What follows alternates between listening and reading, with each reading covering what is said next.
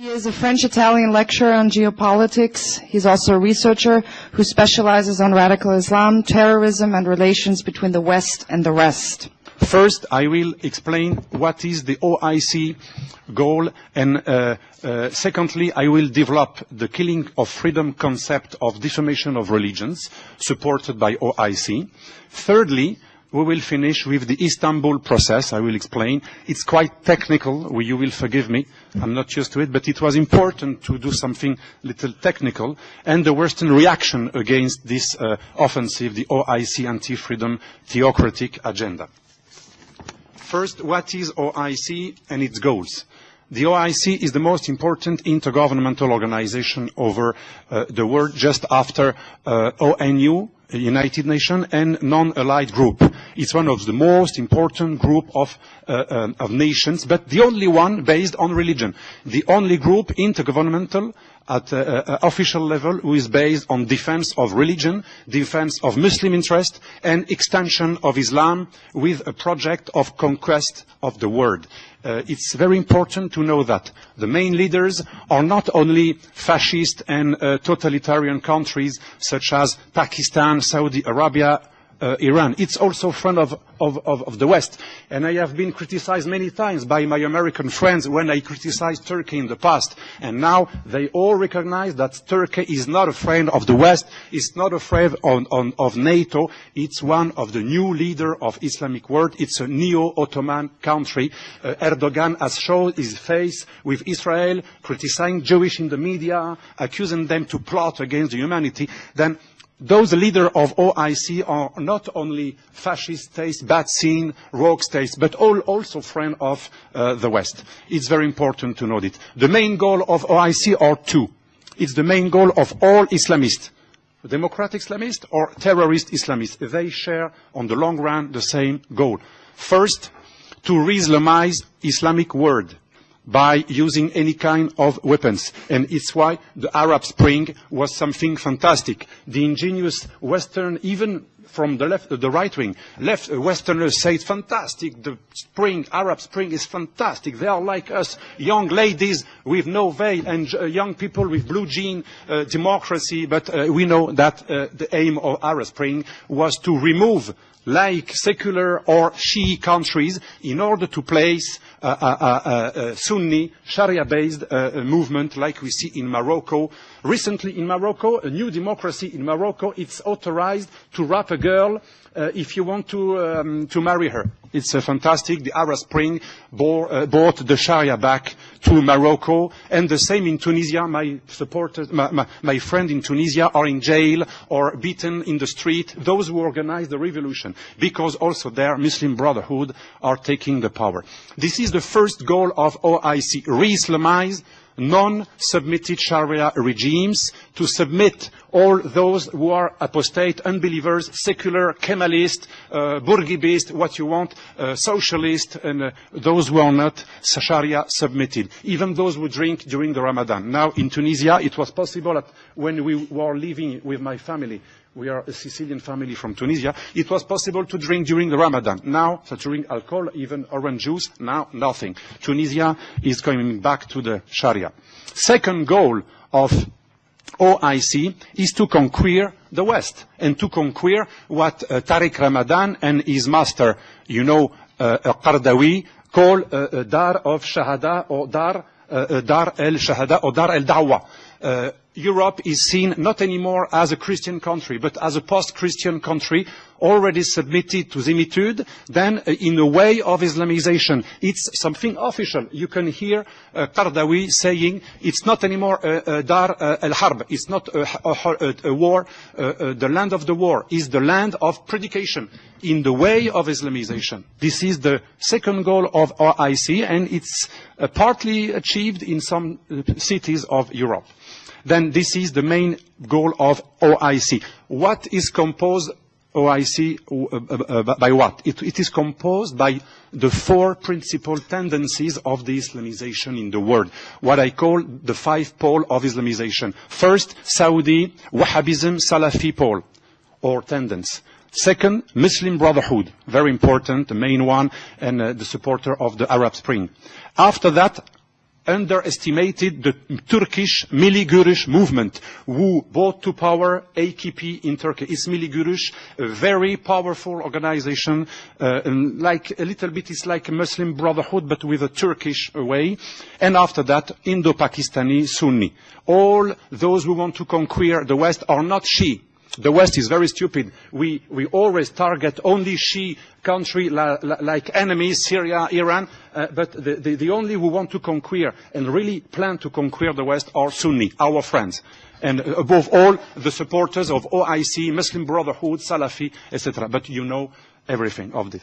The Islamic Declaration of Human Rights was something very important in 1981 and in 1990.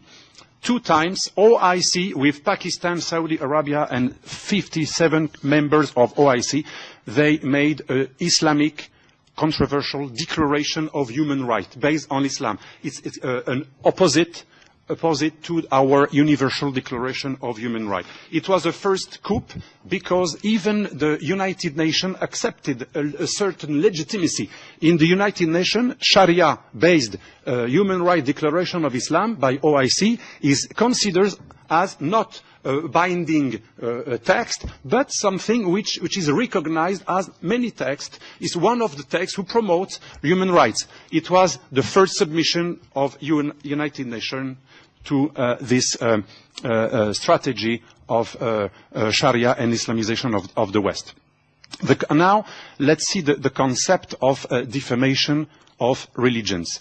The second step of OIC plan has been implemented successfully inside the United Nations since 1999, when the OIC began to promote the concept of defamation of religion. It was the consequences of the Islamic Declaration of Human Rights. Second step.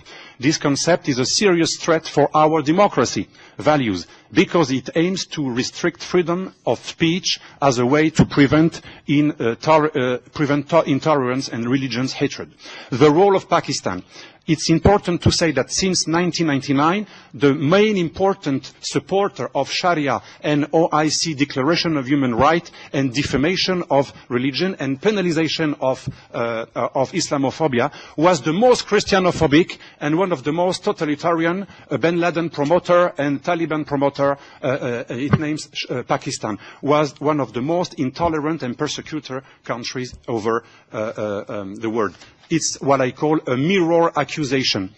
Perhaps to forgive that they are persecuting Christian and they are Christianophobic, perhaps the theme of the subject, the issue of Islamophobia, is to, like someone is making something against you, you accuse him on the contrary, and you accuse him to do what he's doing. It's exactly what I call the mirror accusation. It's the main strategy of OIC.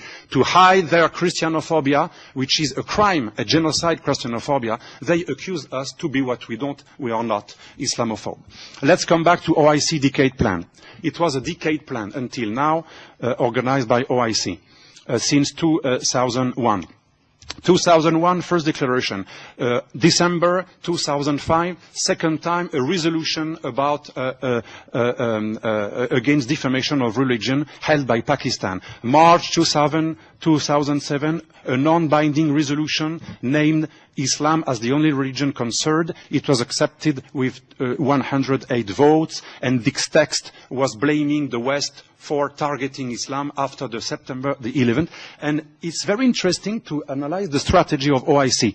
Instead of making a self-critic and a fighting against the legal Sharia roots of the Islamo-terrorism and September the 11th, the OIC used September the 11th tragedy as a new pretext to make the West feel guilty for accusing it to crucify a Muslim, and by introducing a clash of civilization. It's fantastic. When they bomb us, they accused us to be Islamophobe. It's fantastic. It's the first time. It's like, a psychopath criminal. He always accused the victim. He's never responsible.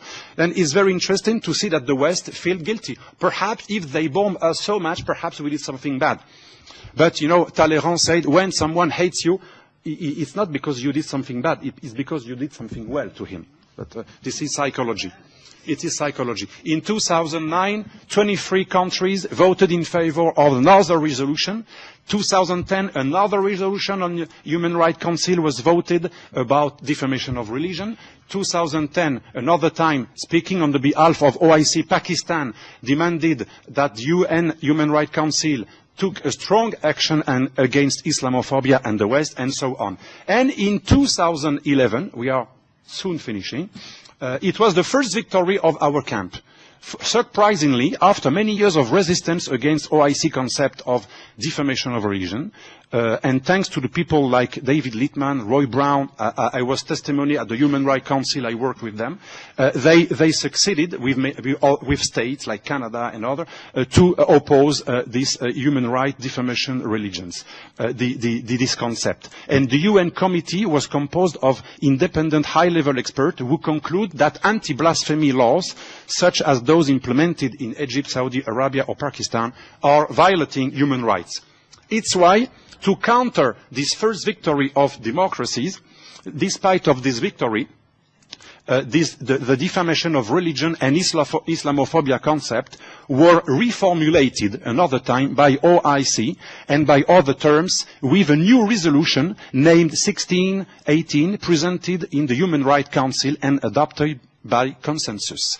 And it was very dangerous because this resolution aimed at the same killing freedom objective, but with other terms. It didn't speak about defamation of religion or Islamophobia, but indirectly fighting against intolerance, negative stereotyping, stigmatization, discrimination, incitement to violence, and violence against individuals because of their religion. The Istanbul Process now, they wanted me to speak about the Istanbul Process. It's very important. After this new resolution, a new strategy to implement this resolution was conceived to convince the West and democracies. And the most clever guy for this plan was someone named by Turkish Prime Minister, Eşanoglu, the General Secretary of OIC, who decided to make Istanbul conference in July 2011. This OIC Istanbul conference aimed to ban any critics of Islam, but without telling this word, Islam, and under the pretext of fighting intolerance against religion. And this intolerance against religion would be the reaction of the West against Islamic attacks. It's fantastic, because when they do Islamic attacks, we are accused to be Islamophobe when we describe the fact that it's not a Buddhist attack, it's an Islamic attack. It's Islamophobia. It's why even George Bush and Clinton said, we are against global terror. Sorry, but I don't know what is global terror. Terror is something. It's Islamic, it can be Palestinian, it can be also extreme right, extreme left, but global terror doesn't mean nothing. It was politically correctness asked by UN. You cannot name the thing, even in the United States. And it's a pity that the United States supported this Istanbul process.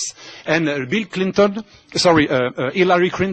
and Barack Obama accepted. Even if they said they didn't want to cancel liberty of freedom, they accepted the legitimacy of the Istanbul process, who has aim to legitimize this last resolution to condemn the fact of criticizing religion. But the only one who doesn't want to criticize his own religion is Islam. Then it was the same than defamation of religion. And it was important because in his outtext, OIC said that we must introduce binding law to limit, officially to limit liberty of freedom. And it was, the text of OIC is clear. We must create the necessary environment conducive to prohibition of defamation of religion and incitement to hatred, violence, discrimination, and to create binding organization who condemn any critique of religion. This was a very big coup for them, and they created a new concept, the test of consequences. Very interesting. The test of consequences means even if the Muslims are making violence, we must know why. because it was a consequence to a first provocation. When the West target Islam as the source of terrorism, it provoked, or when they burn Quran, or when they caricature Danish cartoon, etc. It's a provocation. And the violence of Muslims burning, killing Christians, like in European Union, they killed the representative of European Union in Morocco after Danish cartoon and Ratisbonne Pope speech. But never one in the European Union, I work here, they said no any comment on this. The first representative official of European Union in Morocco was killed with his child in Morocco in reaction. But it was a reaction. European Union as a appeasement policy, don't speak about that. But if someone insults Islam in Europe, of course, you must speak and you must say that it's a Christian or a Jew or Zionist who did it. Then this test of consequences was very grave, very serious, and it's a pity that America legitimized it, Obama administration, and after that Europe said that she will receive the next conference of Istanbul. First was in Istanbul, secondly in Washington, D.C., and now they want to organize this in Europe. And we are here to say no. We are here to say that we will try to stop this. And you must not underestimate your power. If we make pressure, we can have a big effect here. The European Parliament, since Lisbon Treaty, has more power. The European deputies, MP, can do many, many things. Then don't be afraid, never give up, and you can be sure that we are able to make history, we are able to act in the history, and in really brief conclusion, I will say that we can do two things. My friend Armando Marocchia, that I thank because it's a freedom fighter, president of Oriana Fallaci Memorial, told me, but what do you propose? It's easy to criticize. I propose two things. I think that the history is made by the words, like it's written in Évangile selon Saint Jean. Then, the strategy of our enemies, the enemies that described Karl Popper, the enemies of tolerance, who use tolerance against tolerance, we must know their strategy. The strategy is to target us as Nazi, fascist, racist. Then, first, we have to reverse this strategy, and we must not be afraid by the fact of using the weapon of the enemy. When the enemy has a very good and efficient weapon, many people of the right wing in France told me, I don't want to target them fascists because fascism is different from Islam and it's a leftist strategy. No, it's an efficient strategy because we are burned. When we speak in every place in Europe, in the West, we are burned. We are targeted as fascist Nazi. We must say the truth. We are resistant against Nazism, and the new Nazism, says the Grand Mufti of Jerusalem, the real anti-Semites, the real who want to organize genocide are them, the Islamist Sharia supporters. First,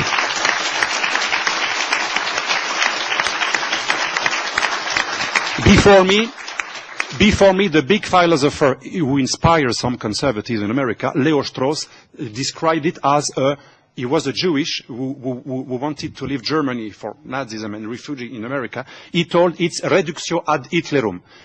And it was fantastic. In 53, he said, they will use this horrible tragedy to target us. And even to criticize a dog, to criticize a mother, to criticize a company, it will be a very big tool because nothing is more horrible than the Shoah. Then be careful, don't be used by your own self-guilty. You can make a memory duty, a memory observation, but don't be guilty if you are not. Reductio ad Hitlerum is using the Shoah and the feel guilty of the West in order to destroy the West, and even Jewish now are victims of the Reductio ad Hitlerum, because Jewish and Zionist and Israel are criticized as fascist and Nazi. Then we know the tool we must use against them. They are Nazi, since Grand Mufti, they are the new fascist, and it's why I say Islamofascism or Islamonism. And second tool,